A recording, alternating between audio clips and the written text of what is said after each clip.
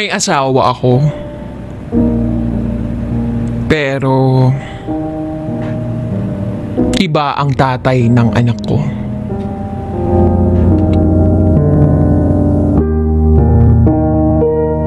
At itago niyo na lang ako sa pangalang Jeline. Ako ay kasal since 2011. I met my husband through text by my cousin. My cousin used his cell phone to text me. At doon nagsimula ang storya naming mag-asawa.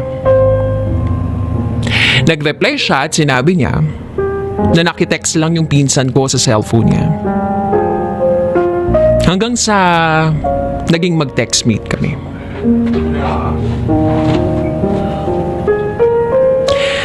Hanggang sa pinatunayan niya na mahal niya nga ako nang bigla siyang pumunta sa bahay namin. At ayun na nga, sinagot ko na siya. Hanggang sa tumagal kami ng 3 years long distance relationship. I love him kahit malayo kami. At hindi kami nagkikita parate kasi nasa province siya. Samantalang ako, nandito sa Manila. Kinailangan kong magtrabaho dito sa Manila. And by the way, isa akong office staff sa isang auto shop. At kahit magkalayo kami, gumagawa kami ng paraan para magkita kami. Pumupunta ako sa province nila, na province din naman ng tatay ko. Hindi ko ikakaila na sa pagpunta ko sa province namin at nagbakasyon ako sa bahay ng tita ko. Isang gabi, nagyaya yung mga pinsan niya sa bahay nila para doon ako matulog. Pumayag naman ako, pero yung boyfriend ko noon, sinabi niya sa akin na sa bahay na lang daw nila ako matulog. Kung okay lang daw sa akin. Noong oras tinanong niya ako, hindi ako tumanggi. Sumama naman ako sa kanya kahit alam ko na baka may makakita sa amin na kamag-anak niya at kamag-anak ko. Kasi halos tapat lang ng bahay ng tita ko ang bahay nila. At ayun na nga, natulog ako sa kanila. Magkatabi kami. At yun yung pinakaunang gabi na may nangyari sa amin. Hindi ako natakot kasi nga mahal ko siya. Pero bago may mangyari sa amin, tinanong niya ako kung siya daw ba ang una ko. Sinabi ko naman sa kanya na hindi. Kasi third boyfriend ko siya. Naibigay ko na ang una ko sa first boyfriend ko na sinaktan at ipinagpalit ako sa kapitbahay namin. Nung sinabi ko sa kanya, sabi naman niya sa akin, hindi kaso yun dahil mahal naman niya ako. Kinabukasan nga bumalik na ako sa bahay ng tiyahin ko para magpaalam na luluwas na ako ng Maynila. Bakasyon buwan ng May 2009. Nagplano yung boss ko na magkaroon ng company outing sa Batangas. At dahil okay lang na merong isama sa outing, naisipan ko siyang isama para at least meron kaming bonding bilang mag-boyfriend at girlfriend. Pagdating sa resort, pinakilala ko siya sa mga friends ko, sa boss ko, sa workmates ko. At dahil nagustuhan naman siya ng boss ko, my boss told me na baka gusto niya mag-work sa company namin. At pumayag naman siya para magkasama na kami. 1 week after lumabas nga siya dito sa Manila para magsimula ng trabaho at para rin magkasama kami, nagtanong siya sa akin, okay lang ba kung magstay in ako sa shop? Papayag kaya yung boss natin? Kasi sa ngayon, wala pa akong budget para kumuha ng uupahang bahay. Sabi niya. Ang sagot ko naman sa kanya, okay lang. Papayag yun. Hanggang sa yun na nga. Tumira siya sa isang branch namin sa auto shop. Paminsan-minsan bumibisita siya sa bahay.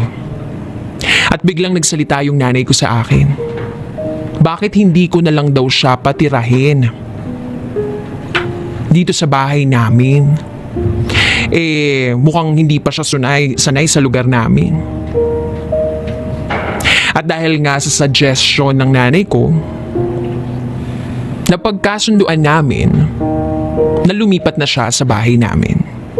At para naman makatipid na siya. Tumagal siya sa trabaho namin. Nagbabakasyon kami ng 2 days para bisitahin yung nanay niya sa probinsya. Hanggang sa nag-set na ng araw ng kasal namin ng nanay ko. Kasi nahihiya daw ito sa kapitbahay namin, pinag-uusapan kami. Meron na daw akong live-in partner. At pinapayagan naman daw ako ng nanay ko. Kaya naman dumating na nga ang araw ng kasal at kinasal na kami January 2011. Bumukod kami at nagstay in kami sa shop para at least matuto kaming dalawa bilang mag-asawa. Tumagal kami ng halos 3 years na kasal. Hanggang sa nag-resign kami pareho sa auto shop na pinagtatrabahuhan namin. Para subukan ng ibang klase ng trabaho. Nagka-work siya sa Muntinlupa at ako naman naging admin staff sa isang school na pinapasukan ng kuya ko. Pero nagkasakit ako sa init at lamig. I decided na mag-resign ulit. At yun na nga, dumiretso ako sa boarding house ng asawa ko sa Muntinlupa para magstay. Total wala naman akong trabaho para maasikaso ko siya habang pumapasok siya. Sa loob ng 3 years na kinasal kami, ilang beses naming sinubukang bumuo ng anak. Pero hindi kami binibigyan. Hindi kami sumuko mag-asawa. Hanggang sa boarding house ng asawa ko, sinusubukan namin baka sakali panahon na uli. Baka sakaling makabuo na kami. At pwede na kaming matawag na isang buong pamilya. May tatay, may nanay, at baby. Pero bakit nga ba sa 3 years hindi pa rin kami binibiyayaan? Minsan tinatanong ko ang may kapal kung bakit wala pa rin kaming baby. Pero sabi ko sa sarili ko, magkakaroon din kami. Magkakaroon din kami. Maghintay lang kami. Isang araw pag uwi ng asawa ko, sinabi niya sa akin na nag-resign na daw siya kani-kanina lang. Hindi niya daw nagustuhan yung ugali ng foreman nila. Wala akong nagawa. Kasi buo na yung desisyon niya. Kinabukasan, nagpaalam na kami sa may-ari ng bahay na inuupahan namin na aalis na kami. Uuwi muna kami ng probinsya. Hinakot namin lahat ng gamit namin. At nagsimula uli kami sa wala. Nagsama kami halos 7 months sa probinsya. Sinubukan niyang sumama sa laot kasama ng bayaw niya para kahit papano meron siyang mapagkakakitaan. Kaya lang minsan wala siyang naiuwi.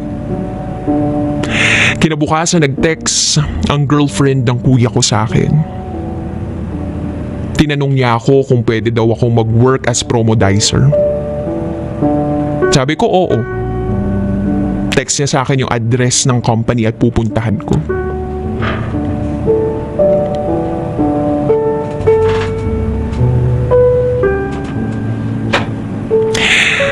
Hindi ako nabigo. Na-hire ako.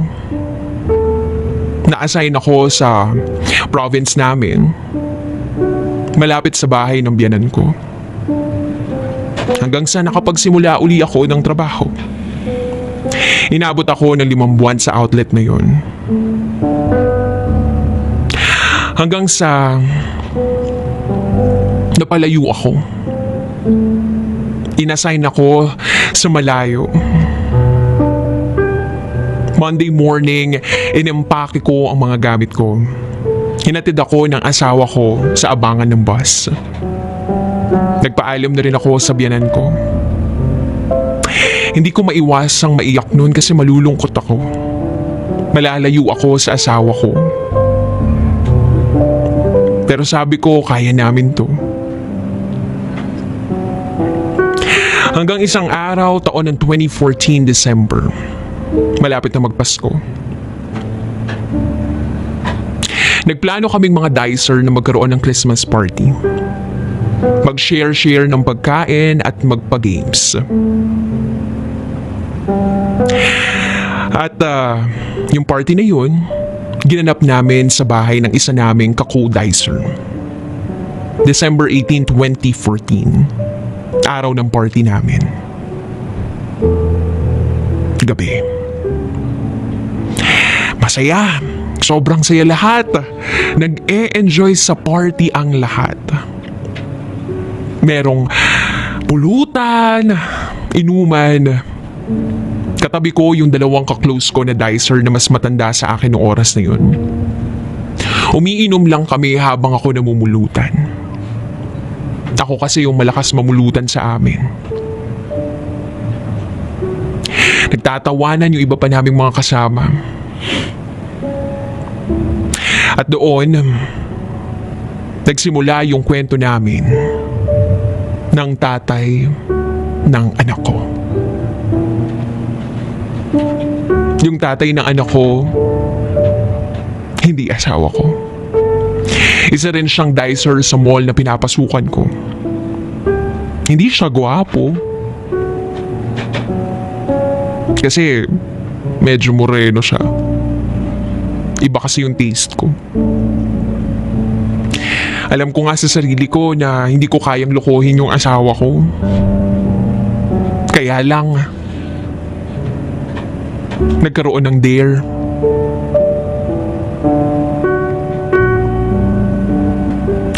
Ang sabi daw, isusubo yung melon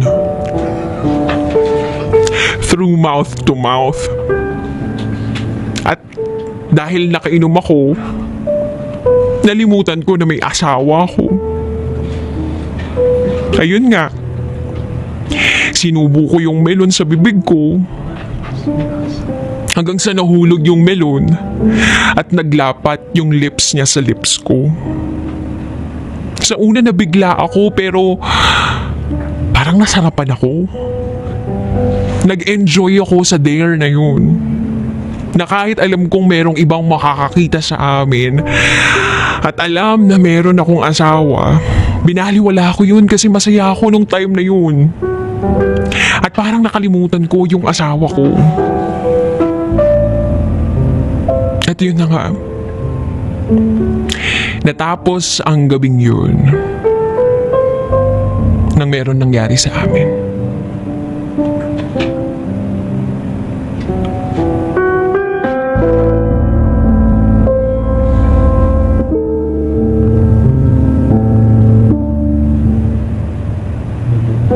Nalaman ko na si JR, by the way yun yung pangalan niya, meron palang karelasyon din. Bading.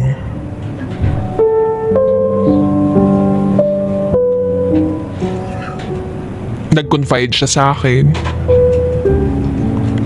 Naintindihan ko naman siya. Dinadamayan ko siya.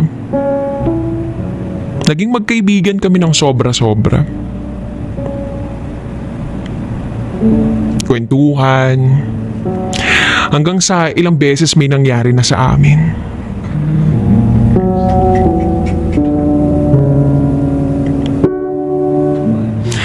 Hanggang sa isang araw, March 2014, may iba akong nararamdaman sa sarili ko na hindi ko maintindihan. Palagi akong inaantok. Mabilis magutom. Medyo lumaki na yung bewang ko. Sabi ng mga kasama ko, "Baka naman buntis ka na, Jeline." Ang sabi ko, hindi siguro kasi nadedelay naman talaga ako. Irregular lang menstruation ko eh. Sabi ko, kung siguro 5 months ako delayed, maniniwala na ako. Pero kinabukasan, nag-PT ako. Positive. Imbes na matakot ako, natuwa ako. Kasi matagal ko nang hinahangad na magkaroon ng baby. Tinupad na ng may kapal. Pero yung pinagbubuntis ko, alam ko kay JR. Sinabi ko kay JR na buntis ako. Pero ang sabi niya na lang sa akin, ninong daw siya. Pero binibiro niya lang pala ako.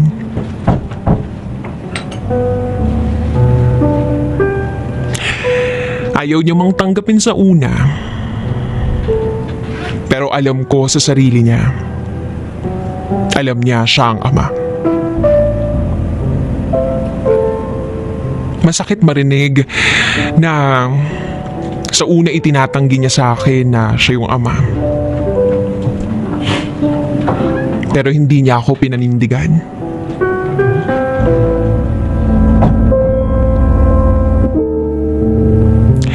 Natakot ako na ipagtapat sa asawa ko na hindi siya yung ama. Kasi isang napakalaking kahihiyan sa mga magulang ko yung nangyari sa akin. Hanggang sa nanganak na ako, pumunta sa ospital ang asawa ko. At siya na nga ang naging ama sa birth certificate ng anak ko. After noon, mga ilang buwan, pumupunta pa rin kami ng anak ko sa boarding house ni JR. Para din makita niya yung anak niya. Kahit nga nung bininyagan yung anak ko, in-invite ko si JR. At nagpunta nga siya sa bahay. At nung birthday nung anak namin, nakapunta si JR. Na walang kaalam-alamang asawa ko at pamilya ko. May kaba ako na baka makahalata na yung ibang kapamilya ko at si asawa ko. Pero binabaliwala ko lang. Hindi ko alam kung anong mangyayari sa buhay namin. Ipagtatapat ko ba to sa sarili kong asawa? O isipin na lang na wag na lang dahil ito yung makabubuti sa pamilya namin. Salamat po.